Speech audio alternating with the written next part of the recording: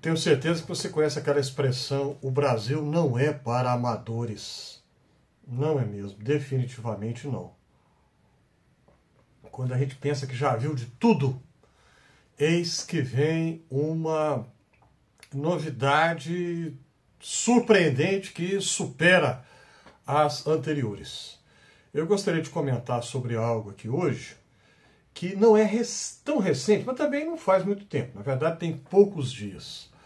O Senado da República, eu vou ler aqui para eu não falar errado, discutiu o projeto de lei 4.606/19, que propõe, abro aspas, vou ler o texto do projeto de lei, vedar qualquer alteração, adaptação, edição, supressão ou adição nos textos da Bíblia Sagrada para manter a inviolabilidade de seus capítulos e versículos, garantindo também a pregação do seu conteúdo em todo o território nacional.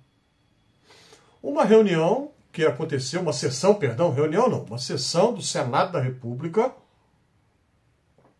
para tratar desse assunto, e eu conheço dois dos especialistas que foram convidados para apresentar pareceres técnicos, né, nesta sessão do Senado.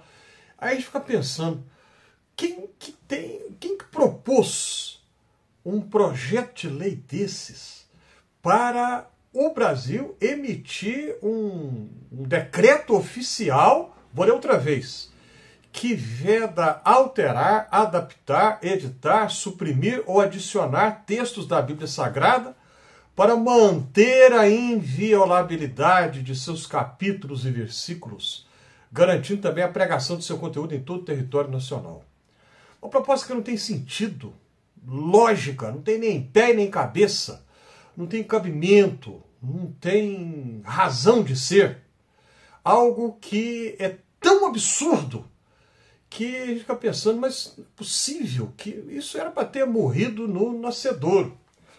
Primeiro que não há necessidade nenhuma do país, do governo, do Estado entrar numa questão dessa natureza. E por que não? Se você me perguntar, eu te respondo. Constitucionalmente, o Brasil é um Estado laico, não tem religião oficial. Já teve no passado, mas já tem um tempo que não tem. E, além disso, olha só, desde quando é preciso que haja um decreto do governo, uma lei que seja necessária, desde quando há necessidade que uma lei seja aprovada para garantir a pregação do conteúdo da Bíblia em todo o território nacional? Não tem necessidade nenhuma disso. A Bíblia vem sendo pregada no Brasil há quanto tempo sem um decreto desse? Não há necessidade nenhuma. Além disso, tem uma outra questão. A qual versão da Bíblia esse projeto se refere? A situação é tão absurda que a gente não acredita, né? Chega às raias da incredulidade, a gente pensa assim, não é possível, isso só pode ser uma piada, uma brincadeira, um meme, uma coisa assim.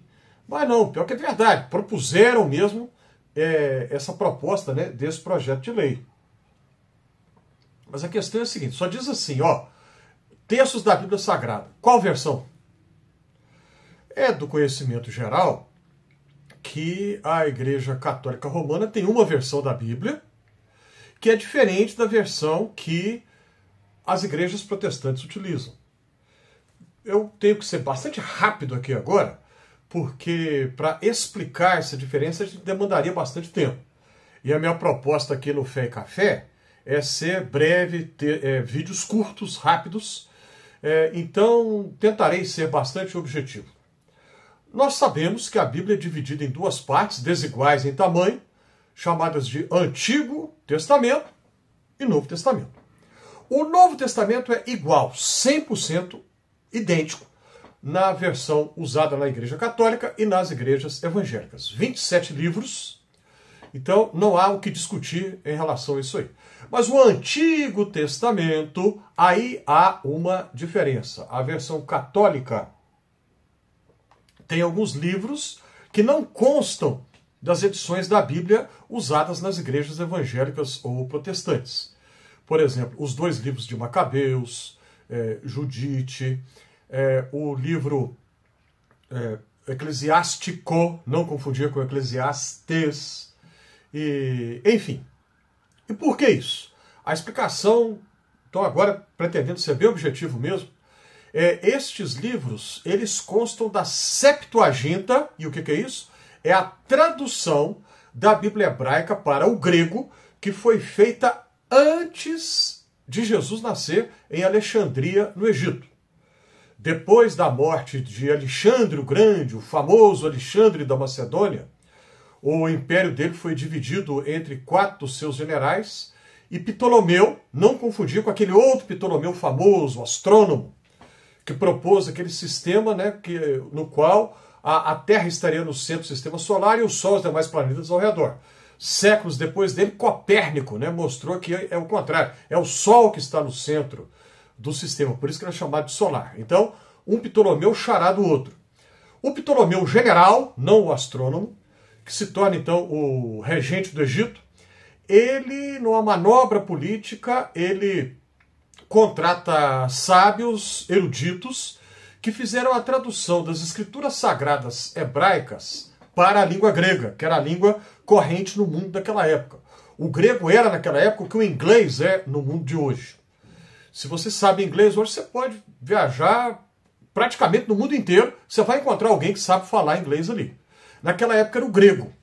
Então, o Ptolomeu contratou estes sábios, estes eruditos, e eles, quando fizeram essa tradução, naquele tempo não tinha a regra da ABNT para obedecer, então eles incluíram alguns livros que foram escritos originalmente já em grego. Incluíram aos livros da Bíblia hebraica. O judaísmo posterior rejeitou a Septuaginta. Septuaginta tem a ver com 70, porque a tradição diz que foram 70 sábios, 70 tradutores. Foram 70 mesmo? Provavelmente não. Mas não importa, não vem ao caso. Está consagrado pela tradição que foram 70, então esta versão da Bíblia, a tradução então do hebraico para o grego, ficou conhecida como Septuaginta. A Septuaginta, então, tem estes livros que não foram escritos originalmente em hebraico. As primeiras comunidades cristãs utilizavam a Septuaginta. E então, o judaísmo rejeitou a Septuaginta e utiliza só a versão na qual nós temos apenas os livros que foram escritos originalmente em hebraico. Quando veio a Reforma Protestante, Lutero, ele editou a Bíblia, ele fez a sua tradução da Bíblia, tá, dos originais para o alemão, e ele colocou estes livros num bloco separado, um bloco à parte, entre o Antigo e o Novo Testamentos. E as edições protestantes posteriores, depois de Lutero, elas rejeitaram esses livros por completo. Então é por isso que há essa diferença do Antigo Testamento nas versões usadas pelos católicos e pelos protestantes. Aí, quando essa proposta desse projeto de lei 4.606/19 fala que não pode mexer na Bíblia, está se referindo a qual? A versão protestante ou a versão católica? Está vendo como é que é uma situação que não tem sentido nenhum? E olha que eu não mencionei aqui os ortodoxos. As igrejas do cristianismo ortodoxo, que não é nem protestante nem católico, mas é cristianismo. A igreja dos etíopes, por exemplo, tem outros livros, é um cânon maior ainda, que tem livros que não constam do cânon das versões usadas na Igreja Católica Romana. Qual das três, então, que está certa? Então, por essas e outras, esse projeto não tem lógica nenhuma e não pode prosperar e não tem condição de algo tão sem pé e sem cabeça ir adiante de jeito nenhum. Não há necessidade nenhuma, eu repito, de que haja uma lei aprovada pelo governo brasileiro para que a Bíblia, que seja garantida a pregação da Bíblia em todo o seu território nacional. Isso acontece no Brasil há mais de 100 anos, mais de 150, sem que houvesse qualquer lei nesse sentido. O que importa é ler a Bíblia, o que importa é meditar nela, o que importa é fazer com que ela seja de fato a nossa orientação. E não precisa de lei, de governo nenhum para isso.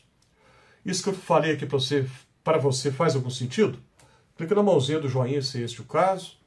Ajude a compartilhar esse conteúdo, manda para alguém que você acha que poderá ser útil para essa pessoa. Inscreva-se aqui no Fé e Café. E se você já se inscreveu, meu joinha vai para você.